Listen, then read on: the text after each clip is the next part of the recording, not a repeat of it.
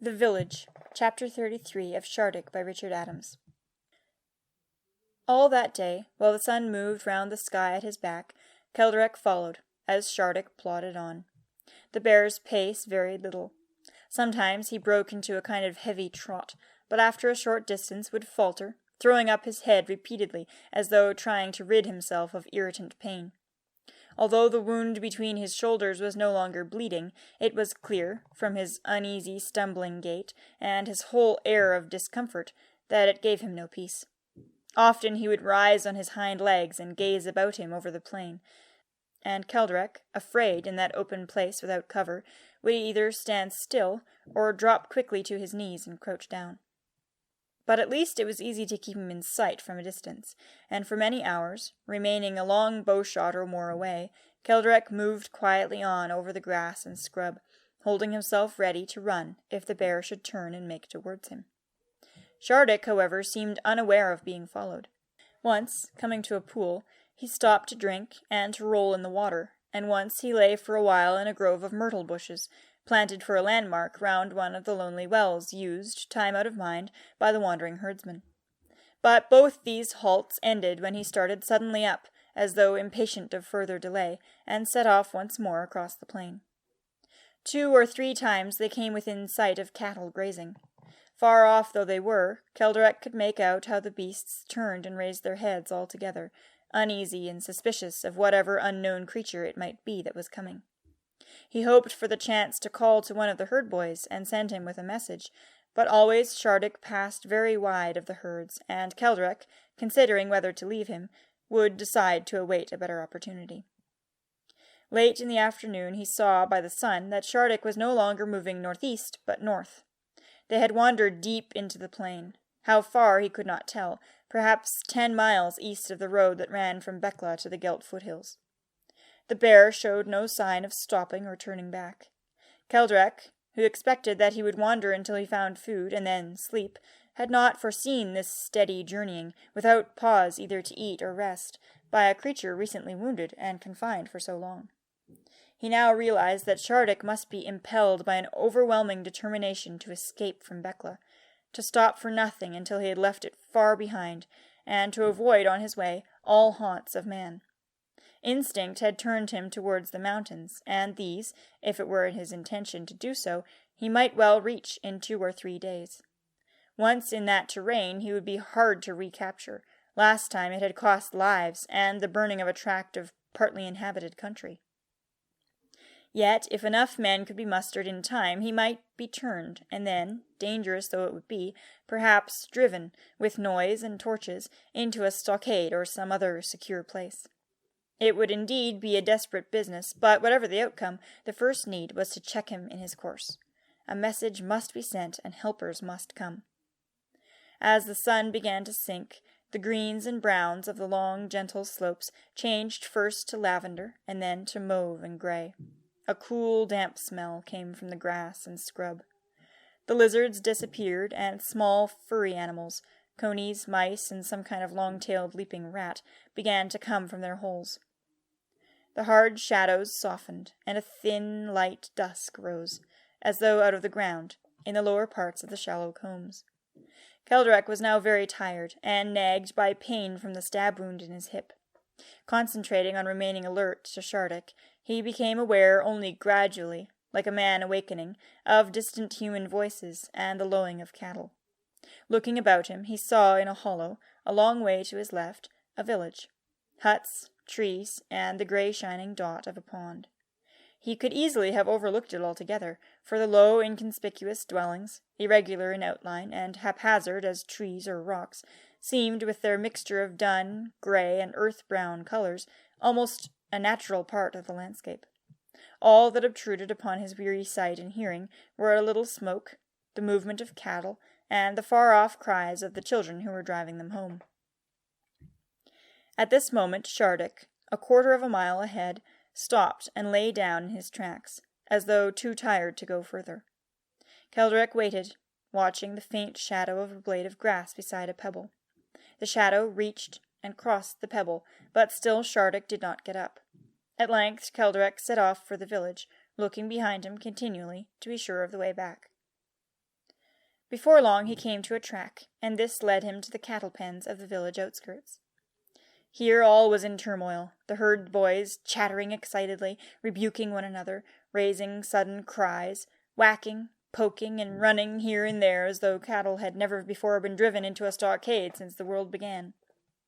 The thin beasts rolled their eyes white, slavered, lowed, jostled, and thrust their heads over each other's backs as they crowded into the pens.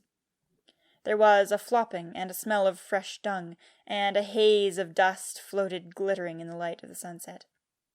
No one noticed Keldrek, who stood still to watch for a few moments and to take comfort and encouragement from the age-old, homely scene. Suddenly one of the boys, catching sight of him, screamed aloud, pointed, burst into tears, and began jabbering in a voice distraught with fear. The others, following his gaze, stared wide-eyed, 2 or 3 backing away, knuckles pressed to open mouths. The cattle, left to themselves, continued to enter the pens of their own accord. Keldrek smiled and walked forward, holding out both hands. "Don't be afraid," he said to the nearest child. "I am a traveler, and I—" The boy turned and ran from him, and thereupon the whole little crowd took to their heels, dashing away among the sheds until not one was to be seen. Keldrek, bewildered, walked on until he found himself fairly among the dusty houses. There was still nobody to be seen. He stopped and called out, "I am a traveler from Bekla. I need to see the elder. Where is his house?" No one answered, and, walking to the nearest door, he beat on the timbers with the flat of his hand.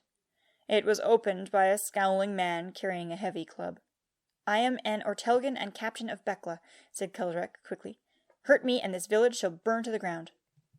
Somewhere within, a woman began to weep. The man answered, "The quota's been taken. What do you want?" "Where is the elder?"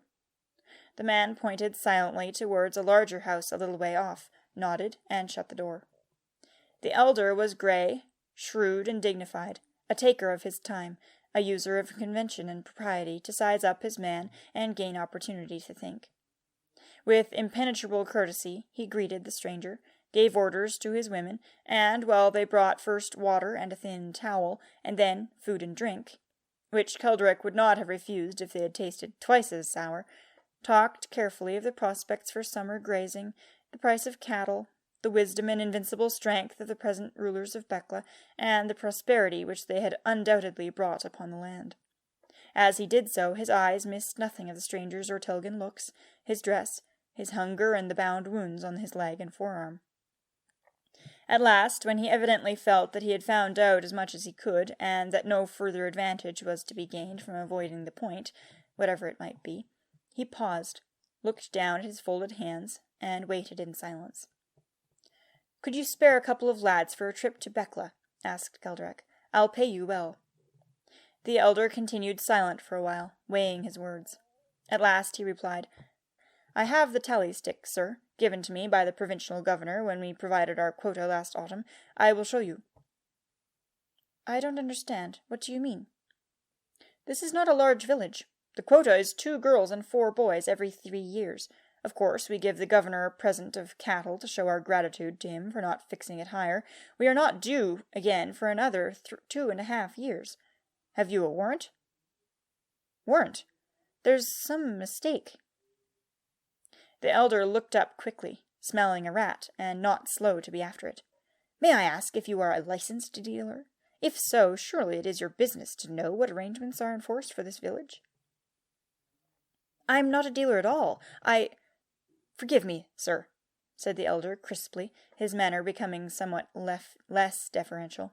"I cannot help finding that a trifle hard to believe. You are young, yet you assume an air of authority. You are wearing the ill-fitting and therefore probably acquired clothes of a soldier.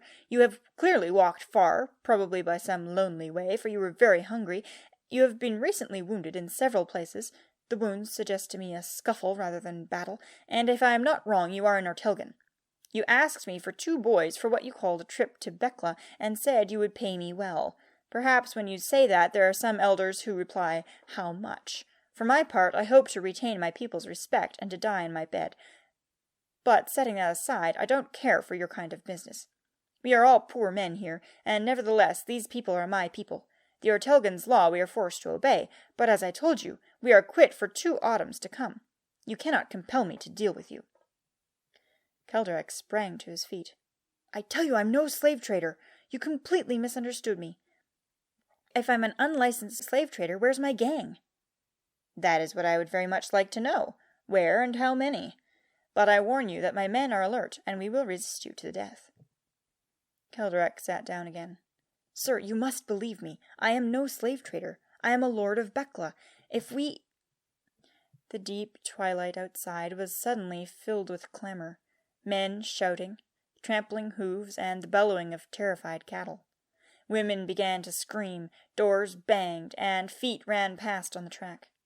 The elders stood up as a man burst into the room. "A beast, my lord, like nothing ever seen. A gigantic beast that stands erect, 3 times the height of a man. Smashed the bars of the big cattle pen like sticks. The cattle have gone mad. They've stampeded into the plain. Oh, my lord, the devil's upon us."